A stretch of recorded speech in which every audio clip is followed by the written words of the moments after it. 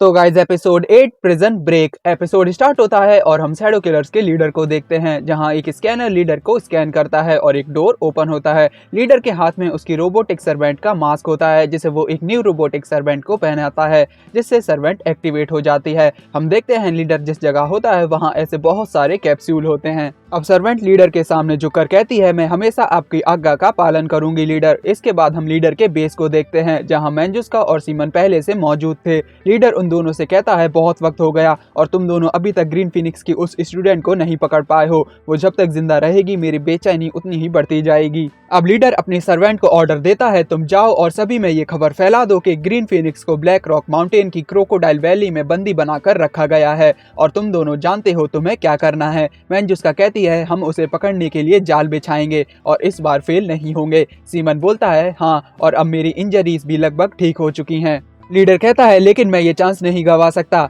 इसलिए मैं किसी और को भी तुम्हारे साथ भेज रहा हूँ। और तभी हम एक न्यू पर्सन को देखते हैं। सीमन और मैंजुस्का जैसे ही पीछे मुड़कर उस पर्सन को देखते हैं, लीडर बताता है ये शैडो किलर्स का न्यू मेंबर है, जिसका किलर नंबर है 9। किलर 9 जैसे ही सीमन और मैंजुस्का के बाजू से निकलता है, वो दोनों उसे देखकर बहुत हैरान हो जाते हैं। 9 अपना टोकन पकड़ता है और फिर हम उसका फेस देखते हैं। 9 कहता है, सच कहूँ तो मैं अकेले ही ये सब संभाल सकता हूँ। मैंजुस्का कहती है, क्या होगा अगर उसने अपनी सारी पावर्स वापस पा ली हो, तो क्या तुम फिर भी उसे हरा पाओगे? 9 कहता है, तुम किलर नंबर 7 की बात कर रही हो, वो बस एक फील्ड एक्सपेरिमेंट के अलावा कुछ नहीं है। ये कहकर 9 कहता है, क्या उसकी तलवार? तभी पलक झपकते ही 9 मैंजुस्का की गर्दन पर अपनी तलवार रखकर पूछता है, मेरी तरह तेज है? अब जैसे ही मैंजुस्का और सीमन उस पर अटैक करने जाते हैं, 9 तुरंत ही वहां से हट जाता है। 9 उन दोनों से कहता है, मैं तो बस मजाक कर रहा था, तुम दोनों को सीरियस होने की जरूरत नहीं है। अगले सीन में हम प्लम ब्लॉसम विला की ब्लैक माउंटेन केव को देखते हैं, क्योंकि दाइबो, 7 और दाचुन को वहीं बंदी बनाकर रखा गया है और हाउसकीपर बाहर से उन पर नजर रखे हुए था। अब हम 7 को देखते हैं, जो कहता है, एक सेकंड रुको, मुझे यहाँ क्यों लॉक किया गया है? दाचुन कहता है, क्योंकि हमने प्राइवेट प्रॉपर्टी में घुसकर उनके हाउसकीपर पर अटैक किया है।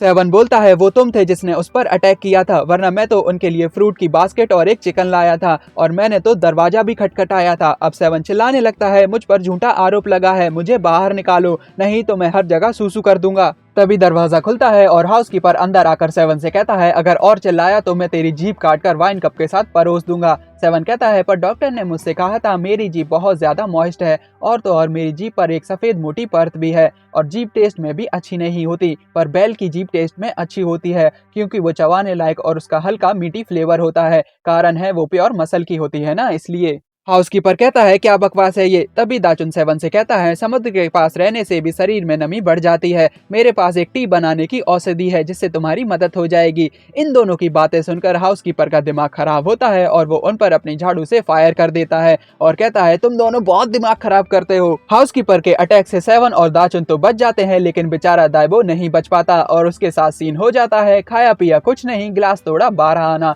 इसके बाद हाउसकीपर वहां से जाने लगता है। तभी 7 कहता है, रुको, मेरी एक छोटी सी रिक्वेस्ट है, मैं बस प्लम ब्लॉसम 13 से मिलना चाहता हूँ। हाउसकीपर रुकता है और एक शैतानी स्माइल के साथ कहता है, ऐसा नहीं होने वाला, तुम उसे फंसाना चाहते हो ना, पर मैं तुम्हें ऐसा नहीं करने दूंगा, क्योंकि मैं तुम्हें यहीं बंद करके रखूंगा और तुम जिंदगी भर सिंगल रहने वाले हो। ये कहकर के हाउसकीपर ही करता हुआ वहां से चला जाता है और 7 गुस्से में दांत किटकिटाता रह जाता है। इसके बाद हम रात का सीन देखते हैं, जहां 7 अपनी सीजर को पास बुलाने की कोशिश कर रहा था, लेकिन सीजर लॉक था तो ज्यादा कुछ होता नहीं है। 7 कहता है, उसने मेरी सीजर जब्त कर ली है, लेकिन मेरे पास अभी भी एक ब्लेड और है। और फिर 7 की पॉकेट से सोफी बाहर आता है और 7 के हाथ के पास जाकर अपने मुंह से 7 का डैगर निकालता है, जिससे 7 दाइबो और दाचुन की रस्सी काटता है और फिर खुद की भी। 7 कहता है, वो हाउसकीपर कभी सोच भी नहीं सकता मेरे पास। और तभी अचानक से 7 पर शूटिंग होती है। 7 उसे डैगर से ब्लॉक करता है, पर उसके बाल खुल जाते हैं। तभी अंधेरे से हाउसकीपर बाहर आता है और 7 के खुले बाल और उसके हाथ में डैगर को देखकर कहता है, तो ये तुम ही हो। 7 कहीं फिर डैगर की वजह से आउट ऑफ कंट्रोल ना हो जाए, इसलिए दाइबो चुपके से 7 के हाथ से डैगर लेता है और उसे एक फेक डैगर से बदल देता है, जो उसने सोफी के पेट में स्टोर कर रखा था। दाइबो हाउसकीपर से कहता है, ये वो नहीं है, तुम इसे कोई और समझ रहे हो। हाउसकीपर हंसते हुए एक रिमोट निकाल कर कहता है, अगर ऐसा है तो एक नजर इस सीन पर डालो। और फिर वो रिमोट का बटन दबाता है, जिससे लाइट्स ऑन हो जाती हैं और बोलता है, क्या ये तुम्हें कुछ जाना पहचाना लगा? और फिर हम उस सीन को देखते हैं, जहां एक पत्थर बहुत सारी चेन से बंधा हुआ था और उसके नीचे एक ड्रैगन की मूर्ति थी। अब जैसे ही 7 उस पत्थर और उससे बंधी हुई चेन्स को देखता है, तभी उसे अपने पास्ट के कुछ विजुअल्स आते हैं। हाउसकीपर कहता है मैंने इस जगह को बिल्कुल वैसे बनाया है जैसे ये पहले था, ताकि मैं जान सकूं कि तब मैं क्यों नाकामयाब हुआ था। अब सेवन उसके पास आता है और कहता है पर तुम्हें नहीं लगता ये मूर्ति कुछ ज्यादा ही बदसूरत है। हाउसकीपर गुस्से में कहता है मैं कोई प्रोफेशनल मूर्तिकार नहीं हूँ और एक सेकंड, ये तो कोई इम्पोर्टेंट पॉइंट भी नहीं है। अब सेवन सोचने लगता है जहाँ तक मेरी याददाश्त का सवाल है तुम मुझे बिल्कुल भी याद नहीं हो। हाउसकीपर कहता है अच्छा, तो शायद तुम्हें एक सौम्य और मिलनसार युवक याद हो। तभी हम एक हैंडसम यंग मैन को देखते हैं। सेवन कहता है मुझे एक हैंडसम यंग मैन याद तो है, पर तुम्हारा उसके साथ क्या कनेक्शन। हाउसकीपर कहता है वो हैंडसम गाय मैं ही हूँ। इन द पास्ट मैं एक सुंदर और बुद्धिमान इंसान था जो नेट से लोगों को पकड़ा करता था। मैं लोगों से पैसे कलेक्ट करने के लिए उन्हें अपने जाल में फंसाता था। मैं इस काम में कभी फेल नहीं हुआ। मैं जाना चाहता था अपने divine looks worthy of the rope of divinity से। सेवन बोलता है अच्छा ठीक है, मैं समझ गया, लेकिन फिलहाल तो तुम प्लम ब्लॉसम बिला के एंटी थीफ सिक्योरिटी नेट हो। हाउसकीपर कहता है मैं द ग्रेट मिस्टर मुजोडुमो हूँ और बीच में अपनी बकवास मत करो, मेरी बात अभी खत्म नहीं हुई है। हाँ, तो 2 साल पहले मैंने एक ऐसा जाल बनाया जो अब तक का सबसे परफेक्ट नेट ट्रैप था, लेकिन फिर भी वो मछली उस ट्रैप से निकल गई। वो पहली बार था जब मैं अपने काम में नाकामयाब हुआ, और इस तरह के काम में एक बार नाकामयाब होने पर तुम्हें अपना वजूद मिटाना पड़ जाता है ताकि दंड से बच सको। ताइबो कहता है तुम ही अपनी नाकामयाबी का कारण हो, तो किसी और पर इसका कारण मत थोपो। हाउसकीपर कहता है अगर वो मेरे जाल से बचकर ना भागा होता और उसे मेरा चेहरा याद ना आता तो मुझे प्लास्टिक सर्जरी कराने की जरूरत नहीं पड़ती। मुझे अपना शरीर का शेप और आवाज भी बदलनी पड़ी।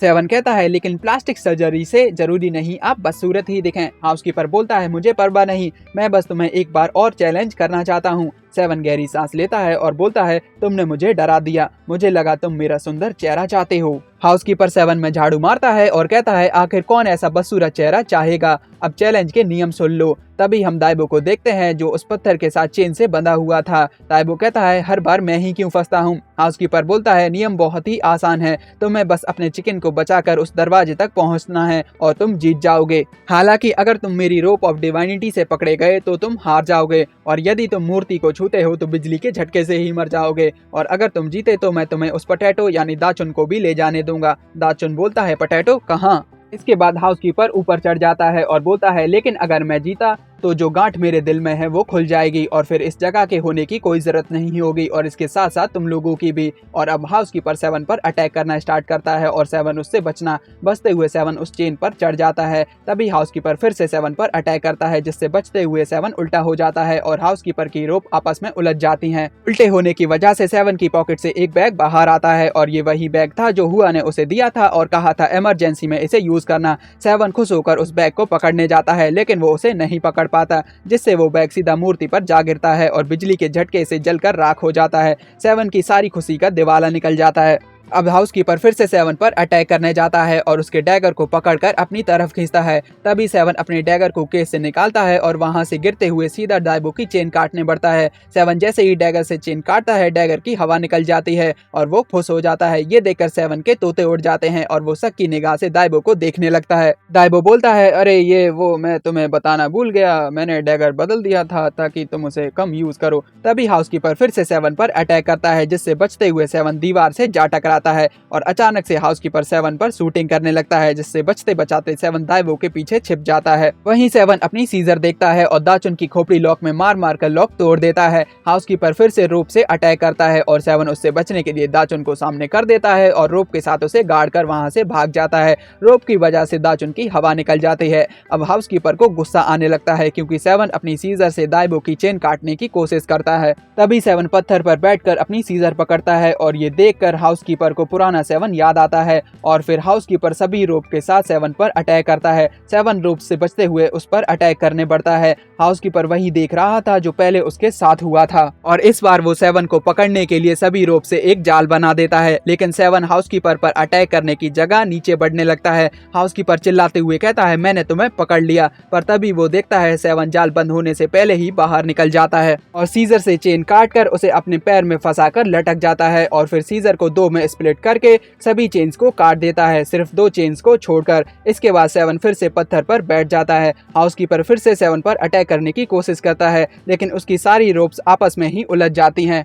7 गुड बाय बोलकर एक और चेन काट देता है, जिससे वो लोग पत्थर के साथ झूलते हुए गेट तोड़कर बाहर निकल जाते हैं और पहाड़ से नीचे गिर जाते हैं। हाउसकीपर भागता हुआ बाहर आता है और कहता है, मैं फिर हार गया, मैं कितनी भी कोशिश कर लूं, क्या अंत में मुझे असफलता ही मिलेगी। तभी हम देखते हैं 7 और दाइबो गिरे नहीं थे, वो वहीं लटके हुए थे और फिर वो दोनों कूदकर ऊपर आ जाते हैं। हाउसकीपर 7 को देखकर कहता है, लेकिन ये देखने में पहली बार से कितना वीक लग रहा है, मैं कैसे हार गया। 7 और दाइबो वहां से जाने लगते हैं। तभी दाचुन बाहर आता है और कहता है, प्लीज मेरी रस्सी भी खोल दो। 7 दाचुन की रस्सी काटता है और हाउसकीपर से कहता है, जिसे तुम बांधना चाहते थे वो मेरा अतीत है, उसे भूल जाओ, वो सब अतीत की बातें हैं। 7 की बात सुनकर हाउसकीपर रोने लगता है और वहीं लेट कर सोचता है, क्या सच में वो सब अतीत की बातें हैं। 7 उससे कहता है, तुम अब नेट से लोगों को पकड़ने वाले नहीं हो, तुम अब प्लम ब्लॉसम विला के प्रमुख हाउसकीपर हो। अगले सीन में विला का डोर ओपन होता है और हम बाहर बैठी 11 को देखते हैं।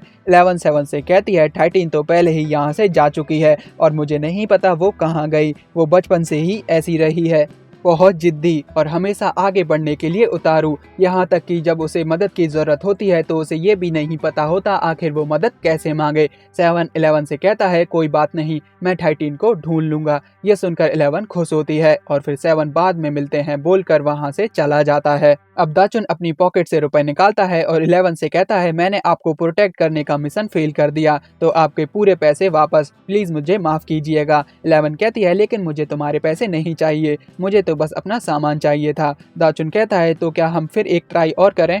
11 कहती है, वैसे तुमने मुझसे पूछा नहीं मैं क्या लेने जा रही थी। दाचुन पूछता है, आप क्या लेने जा रही थी। 11 कहती है, भूल जाओ, वैसे भी वो पुरानी बात है, अब तो वो लोग जो मेरे सामने ठीक और अच्छे हैं वो मेरे लिए ज्यादा इम्पोर्टेंट है। तभी अचानक से दाचुन आगे बढ़ जाता है, जिससे 11 नीचे गिर जाती है। दाचुन कहता है, पर हमारे सामने तो कोई नहीं है। 11 गुस्से में दाचुन को मारने बढ़ती है, लेकिन अनजाने में दाचुन फिर से साइड हो जाता है और दोबारा से 11 नीचे गिर जाती है। दाचुन कहता है, अरे आप वहाँ कैसे गिर गई, और इसी नोकझोंक के साथ हमारा 8th एपिसोड खत्म हो जाता है।